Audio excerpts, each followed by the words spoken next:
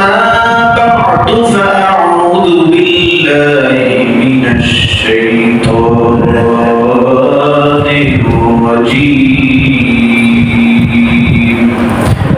بسم الله الرحمن الرحيم إن الذين قالوا ربنا الله ثم استقاموا تتنزل عليهم الملائكة ألا تخافوا ولا تحزنوا وأبشروا بالجنة التي كنتم توعدون نحن أولياؤكم في الحياة الدنيا وفي الآخرة ولكم فيها ما تشتهي أنفسكم ولكم فيها ما تدعون نزلا من غفور رحيم. وقال رسول الله صلى الله عليه وسلم عن العراء بن ياسر المزني رضي الله تعالى عنه قال قال رسول الله صلى الله عليه وسلم يا أيها الناس توبوا إلى الله فإني أتوب في اليوم إليه 100 مرة. وقال تعالى إن الله وملائكته يصلون على النبي يا أيها الذين آمنوا صلوا عليه وسلموا تسليما. بذكر الشهر جبيني دار خروشاست ولدادري معنا كروشاست نبل البرد تسبيح خانيس كهر كاره تسبيح زبانست مؤمنا ذكر خدا دست یارگو یادو کن یادو لا إله إلا الله لا إله إلا الله لا إله إلا الله لا إله إلا الله لا إله إلا الله لا إله إلا الله لا إله إلا الله لا إله إلا الله محمد رسول الله صلى الله عليه وسلم شكرا صلى الله على النبي صلى الله عليه وسلم কেউ যদি নবীর উপর একবার দরুদ পড়ে তাহলে তার উপর 10টা রহমত নাযিল হয়ে যায়। সুবহানাল্লাহ সাথে সাথে 10টা রহমত নাযিল হয়ে যায়, 10টা মর্যাদা বৃদ্ধি হয়ে যায়। সেই নবীর উম্মত আমরা, যে নবীর উপর সালাম পৌঁছাইলে শান্তি পৌঁছাইলে আপনি পৌঁছাইলেন আপনার লাভ, সেই নবীর উপর আমরা হওয়া থেকে খুশি না বেজা? আখির নবীর উম্মত আলহামদুলিল্লাহ সবাই বলেন আলহামদুলিল্লাহ। শুকর গুজার যারা করবে আল্লাহ তাআলা তাদেরও ফজিলত আছে। যারা নিয়ামত পাইলো, আমরা নবীর উম্মত হইতে পারছি এই জন্য এটা নিয়ামত না? সবচেয়ে বড় নিয়ামত, নিয়ামতে উযমা। আখির নবীর উম্মত, শেষ নবীর উম্মত হওয়া অনেক বড় সৌভাগ্যের বিষয়, অনেক বড় নিয়ামত।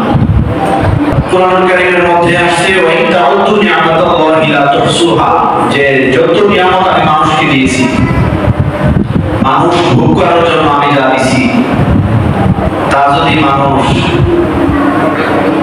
লেখা শুরু করে দেয়, লেখা যা দিছে আর লেখা কি পৃথিবীর সমস্ত নদী নালা সমুদ্রের পানিগুলোকে যদি কালি বানানো হয় আর সমস্ত বৃক্ষ কেটে কেটে যদি কলম বানানো হয়, সেই কলমের কালি দিয়ে প্রভুর নিয়ামত লেখা শুরু যদি আমরা করি, কলমের কালি শেষ হয়ে যাবে, কলম ক্ষয় হয়ে যাবে, আল্লাহর নিয়ামত গুলো লেখা কখনো শেষ হবে না। সুবহানাল্লাহ।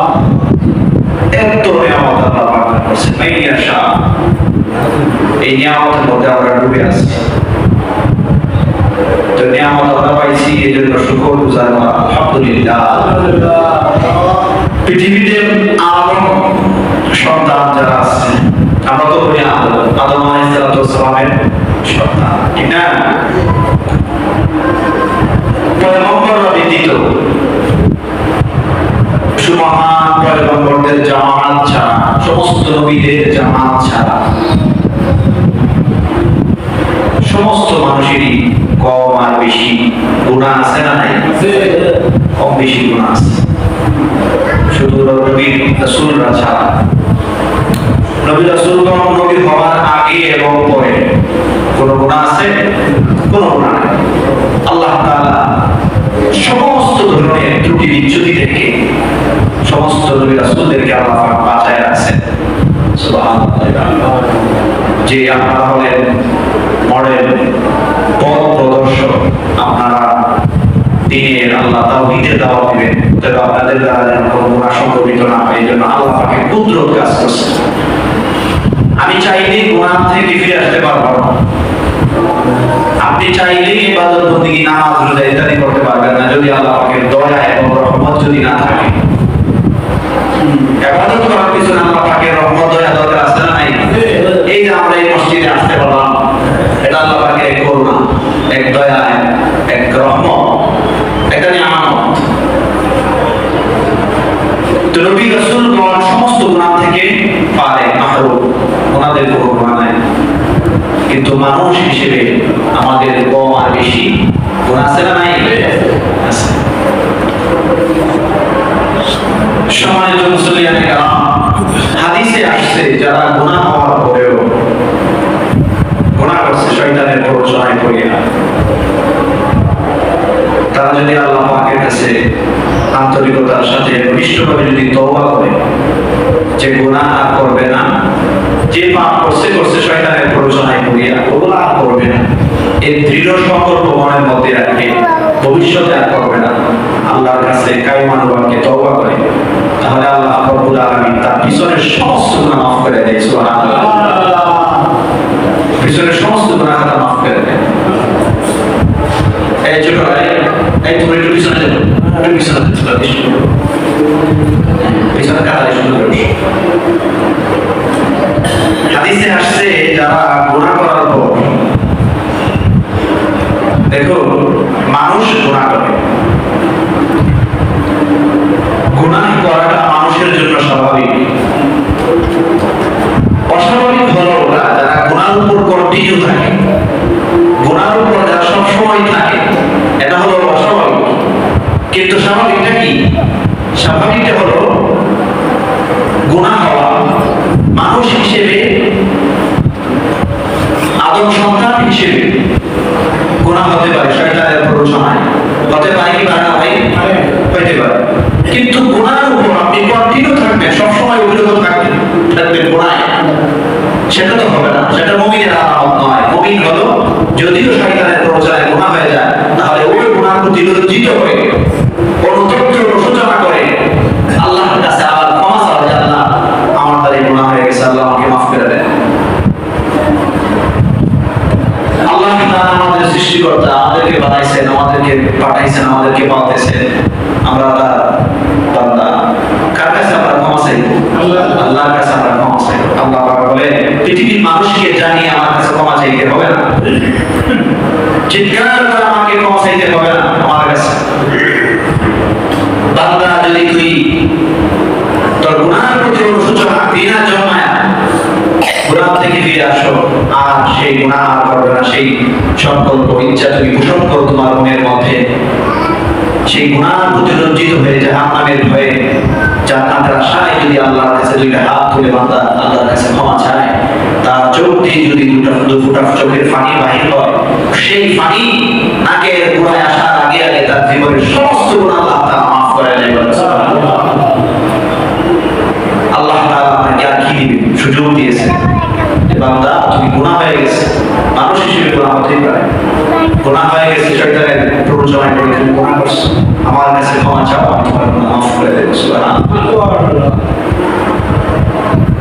তো আমাদের গুনাহ থেকে ফিরে এসে আমাদের তওবা করার দরকার আছে না? আমি সর্বপ্রথম যে হাদিস খানা বললাম عن الغار بن ياسر المزني رضي الله تعالى عنه قال رسول الله صلى الله عليه وسلم নবী করিম সাল্লাল্লাহু আলাইহি ওয়াসাল্লাম বলেন, ওহে দুনিয়ার মানুষেরা, তোমরা আল্লাহর কাছে তওবা করো। কি করো? আল্লাহ পাক রব্বুল আলামিনের কাছে তওবা করো। কেন না? ফাইন্নী আতুবু ফিল ইয়াউমি ইলাইহি মিআতা মাররা। তোমরা আল্লাহর কাছে তওবা করো। কেন না? আমি নবী করিম, আমি নবী আকরাম দৈনিক 100 বার আল্লাহর কাছে তওবা করি। সুবহানাল্লাহ। নবীর নবুয়তের আগে এমন করে কোনো গুনাহ নাই, নবীদের কোনো ত্রুটি নাই। আমাদের নবী শ্রেষ্ঠ নবী, সমস্ত নবীদের নবী যিনি, সেই নবী যদি দৈনিক 100 বার তওবা করে, ইস্তিগফার করে, গুনাহ না থাকা সত্ত্বেও, তাহলে আমরা বনি আদম, আমরা তো হাজারো গুনাহ করার পরে আমরা তওবা করার দরকার আছে না নাই? নবী সাল্লাল্লাহু আলাইহি ওয়াসাল্লাম বলে, তোমরা আল্লাহর কাছে তওবা করো। আমি দিনে 100 বার তওবা করি। কোন কোন জায়গায় আছে 70 বার, 70 থেকে 100 বার রাসূল সাল্লাল্লাহু আলাইহি ওয়াসাল্লাম তওবা করেন। নবী সাল্লাল্লাহু আলাইহি ওয়াসাল্লামের তওবা মানে কি? নবী গুনাহ করছে, গুনাহ করার কারণে 100 বার তওবা করছে বলে উম্মতকে শিক্ষা দেওয়ার জন্য যে আমার আগে পরে কোনো গুনাহ নাই, আমার হাতে থাকবে জান্নাতের চাবি। সর্বপ্রথম নবী সাল্লাল্লাহু আলাইহি ওয়াসাল্লাম জান্নাতে ঢুকবেন, সেই নবী 100 বার তওবা করেছেন। এটা হলো উম্মতের শিক্ষা যে উম্মত তুমি তওবা করো, তওবা করে যদি ফিরে আসো, আমি আল্লাহ তোমার জীবনের সমস্ত গুনাহ মাফ করে দেব। সুবহানাল্লাহ। হাদিসে আসছে,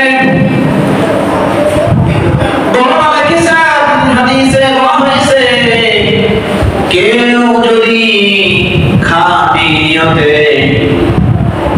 একনিষ্ঠতার সাথে, আন্তরিকতার সাথে যদি কেউ তওবা করে আল্লাহর কাছে, ওই তওবাকারী ব্যক্তিকে আল্লাহ 4টা পুরস্কার দান করবে।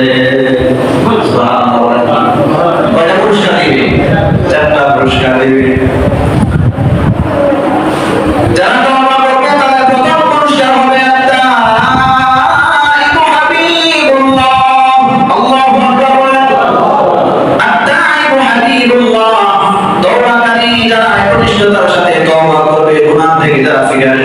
জীবন পরিবর্তন করার চেষ্টায়, চিন্তায় যারা তওবা করবে, ফিরে আসবে, তাদের প্রথম পুরস্কার আমি রব্বুল আলামিন। যারা তওবা করবে, তওবাকারী ব্যক্তি আল্লাহর বন্ধু হয়ে যাবে। তওবাকারী কি হয়ে যাবে? আল্লাহর বন্ধু হয়ে যাবে। আত-তাইবু হাবিবুল্লাহ, তওবাকারী আল্লাহর বন্ধু।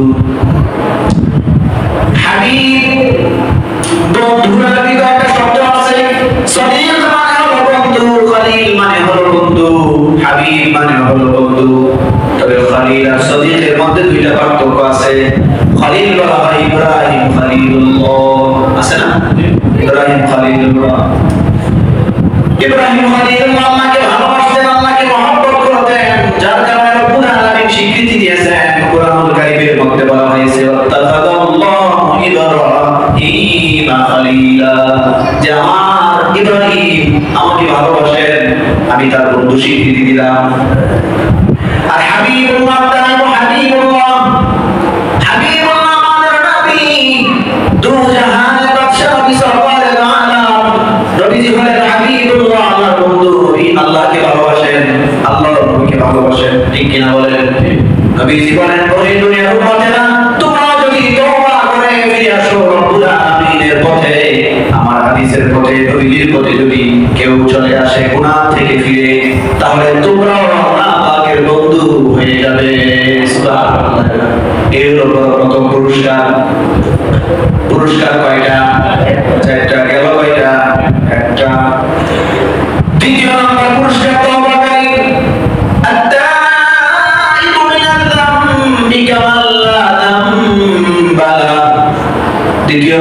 পুরস্কার হলো যারা তওবা করবে, যারা তওবা গুনাহের প্রতি তারা ঘৃণা জন্মাবে, অনুতপ্ত অনুশোচনা করবে আল্লাহর কাছে ক্ষমা চাইতে থাকবে যে আল্লাহ গো তুমি আমাকে বানাইছো, আমি গুনাহ করতে করতে জর্জরিত হয়ে গেছি, পৃথিবীর কোনো মানুষের কাছে কোনো গুনাহ মাফ চাওয়ার কোনো সুযোগ নেই, তুমি ছাড়া আমাকে কেউ মাফ করতে পারবে না, পারবে কি? এই কথা বলে যদি আল্লাহর কাছে তওবা করে বান্দা ফিরে আসে আর গুনাহ যদি না করে, তাহলে আল্লাহ পাক বলেন তার জীবনটা এমন পবিত্র হয়ে যায়, তার জীবনটা এমন হয়ে যায় সে যেন জিন্দেগিতে কোনোদিন আর গুনাহ করে নাই। এই হলো 2 নাম্বার পুরস্কার। তওবা করবে, তার জীবনটা নিষ্পাপ হয়ে যাবে। কি হয়ে যাবে? নিষ্পাপ। কয়টা গেল? 2টা গেল। আত্তাইবু হাবিবুল্লাহ, তওবারে আল্লাহর বন্ধু হয়ে যায়। আত্তাইবু মিনাজ যামবি কামাল্লা রাব্বালা, যারা তওবা করবে, গুনাহ থেকে যারা ফিরে আসবে, পাপের কাছ থেকে ফিরে আসবে, তারা এমন হয়ে যাবে যেন তারা জিন্দেগিতে গুনাহ করে নাই। 3 নাম্বার পুরস্কার, ইন্না ইবাদি লাইসা লাকা আলাইহিম সুলতান। দুনিয়ার পিছনে, মানুষের পিছনে অসংখ্য অবৈধ শয়তান আছে, শয়তান কাজ করে।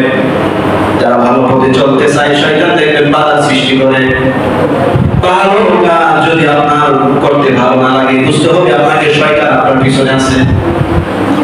নামাজ পড়তে পারেন না, নামাজে বাধা আসে, দান সদকা রোজা আপনি আমার হুকুম পালন করতে পারেন না, তার মানে আপনাকে শয়তান ধরেছে, আপনাকে শয়তান গোমরাহ করতেছে।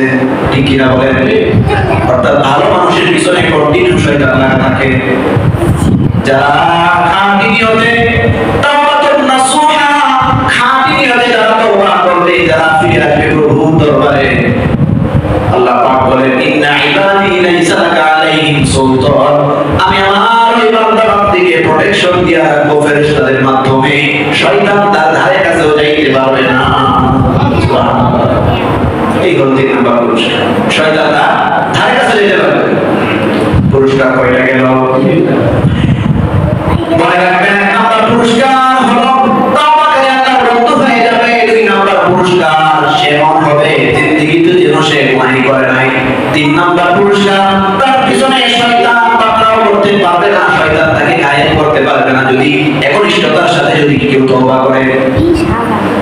তওবার শর্ত আছে।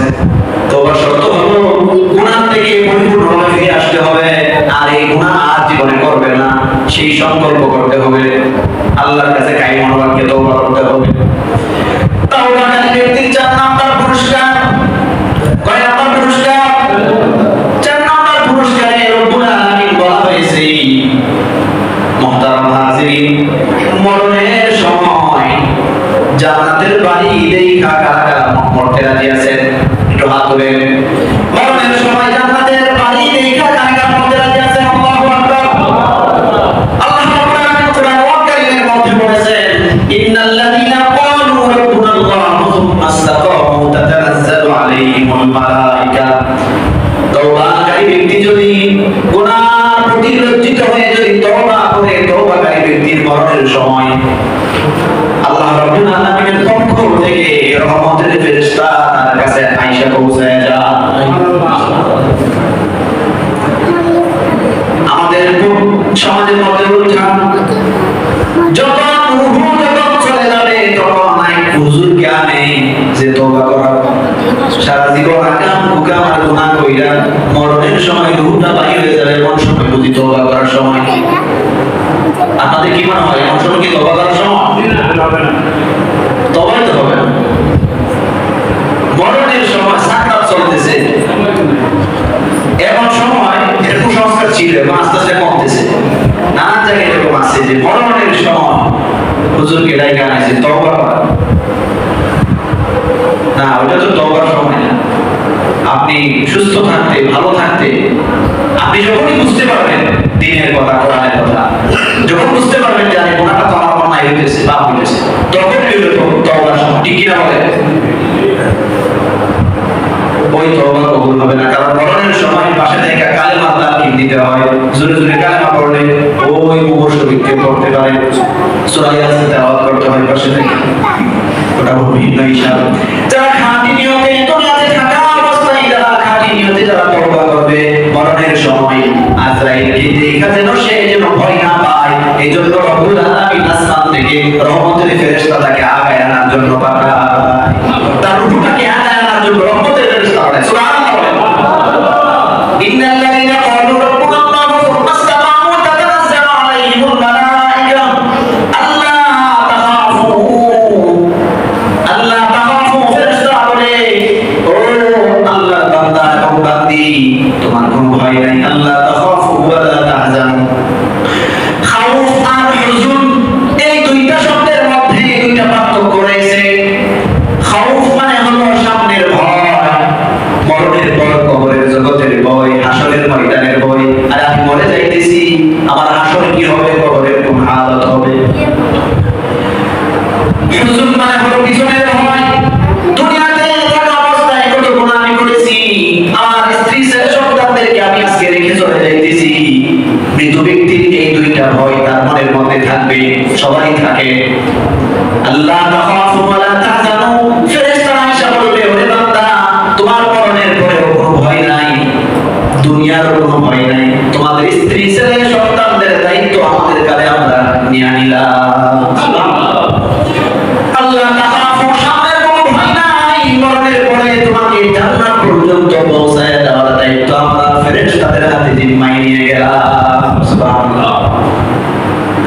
আল্লাহ তাখাফু ওয়া লা তাহজানু, এই পুরস্কারটা কার? যারা খাঁটি নিয়তে যারা তওবা করে ফিরে আসবে আল্লাহর পথে, দ্বীনের পথে, ইসলামের পথে যারা ফিরে আসবে, উজরে কম দিবে না, হারাম খাইবে না, সুদ ঘুষ খাইবে না, পরের হক নষ্ট করবে না। মা বাবা আছে, মা বাবার খেদমত যদি কেউ না করে তারাও এটার মধ্যে পড়ে যাবে, অর্থাৎ তওবা করতে হবে। দুনিয়াতে যদি মা বাবা থাকে, মা বাবার খেদমত করতে হবে, তবে কি হবে না বলেন?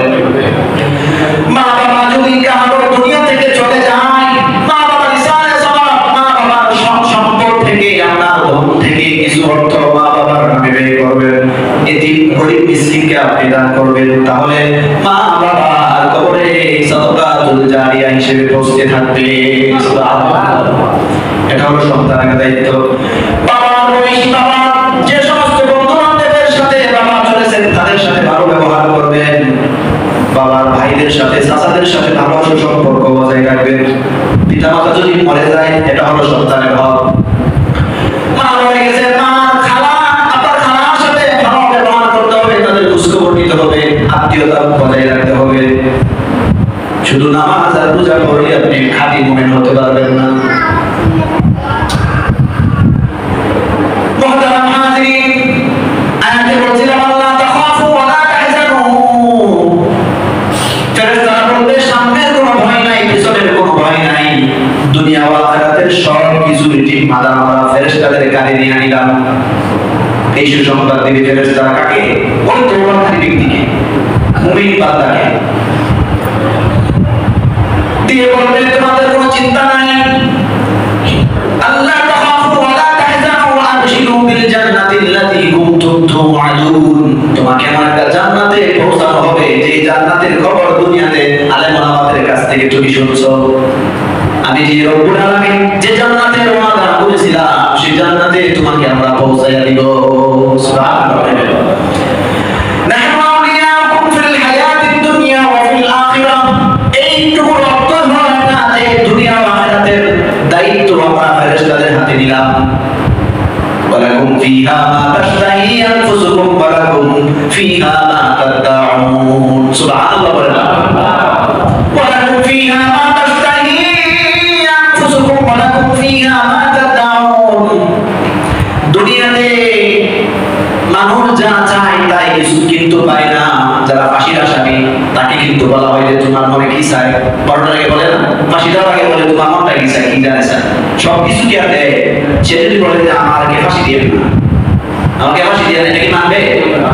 কিন্তু রব্বুল আলামিন হাসরের ময়দানে জান্নাতের মধ্যে যে সমস্ত বান্দা বান্দীদেরকে ঢুকাবে, তারা যা চাইবে তাই পাবে, মুখে যা চাইবে তাই পাবে, মনে মনে যদি কিছু চিন্তা করে ওটাও পাওয়া যাইবে। কত রহমান, কত রহিম। অতএব আপনাকে ফিরে আসতে হবে গুনাহ থেকে। নুজুলাম মিন গফুরির রহিম। আর এই সমস্ত আয়োজন, এই সমস্ত নিয়ামত আল্লাহ পাক রব্বুল আলামিনের পক্ষ থেকে বান্দার জন্য মেহমানদারি। সুবহানাল্লাহ, মেহমানদারি করবে আল্লাহ। মহতারাম হাজিরিন, রব্বুল আলামিন আমরা যেন ঈমান ও আমল নিয়ে কবরে যাইতে পারি, সে তৌফিক যেন আল্লাহ পাক আমাদেরকে দান করে। সবাই বলে আমিন। আল্লাহ তাআলা যেন আমাদেরকে কোরআন ও হাদিসের উপর অটল অবিচল যেন আমরা থাকতে পারি, হ্যাঁ, দ্বীনের উপর যেন আমরা থাকতে পারি, নবীর আশিক, খাঁটি আশিক হয়ে যেন আমরা মরতে পারি, রাসূল সাল্লাল্লাহু আলাইহি ওয়াসাল্লামের সুন্নাহ যেন মেনে আমল করে যেন আমরা কবরে যাইতে পারি। প্রিয় ভাইরা আমার, এই দুনিয়াই হলো আমার পুঁজির জায়গা, রুজির জায়গা। যখন শ্বাসটা চলে যাবে আর কোনো আমল করার কোনো সুযোগ নাই, কোনো সুযোগ নাই। এই দুনিয়া থেকে আপনাকে, দুনিয়া হলো পরীক্ষার হল, যাই করবেন ভালো করবেন সেটা লেখা হবে, মন্দ করবেন সেটাও লেখা হবে। হাসরের ময়দানে এগুলো সবগুলো দেখানো হবে, জাররা জাররা হিসাব আপনার সামনে উপস্থাপন করা হবে।